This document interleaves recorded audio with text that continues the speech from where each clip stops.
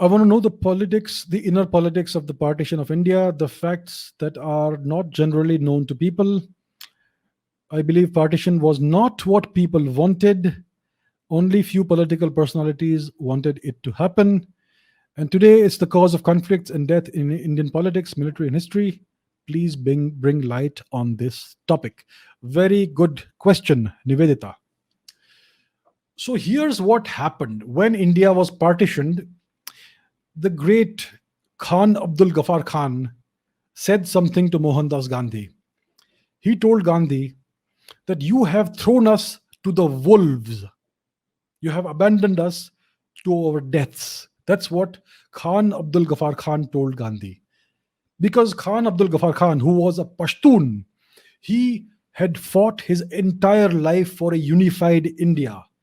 He had started this Khudai Khidmatgar movement of the Pashtuns, a non-violent movement of satyagraha to free India from the British occupation. And when freedom was at hand, he found that he and his people had been abandoned to this new Pakistani nation. And because they had all fought for a unified India, they were now in great trouble in Pakistan. They would be persecuted for the rest of their lives. Khan Abdul Ghaffar Khan spent the majority of his post-independent life in house arrest in Pakistan. That's what happened to him. He was a great Indian, despite being a Pashtun, which is an Afghan ethnicity.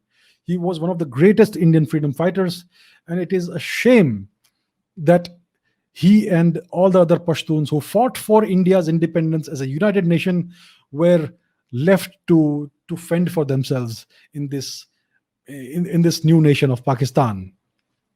So, as you can see, the Pashtuns fought for a free and united India.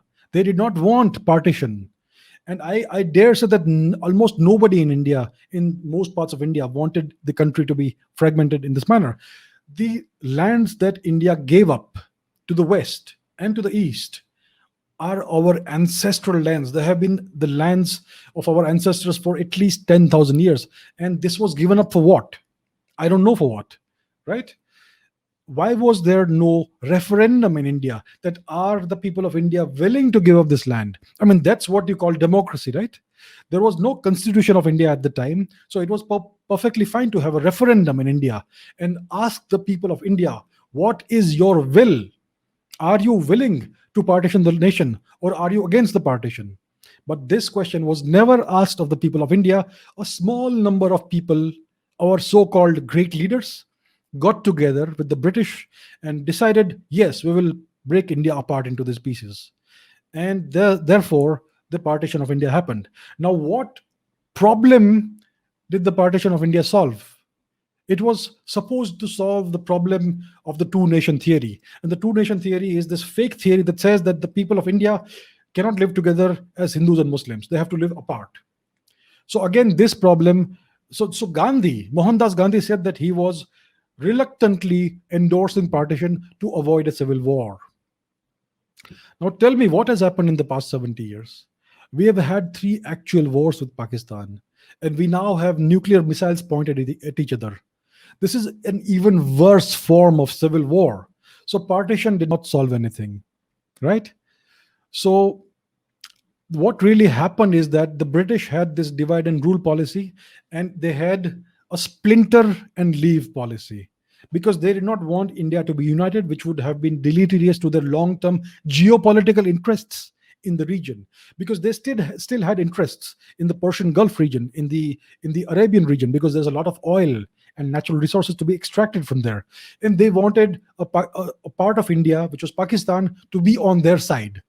So they facilitated the partition of of India and Pakistan, and by doing so, they ensured that the western region of India, which is now Pakistan, was geopolitically on their side. And that is the reason why the British wanted to engineer this partition of India. And our so-called great leaders, they were essentially very willing accomplices in achieving this.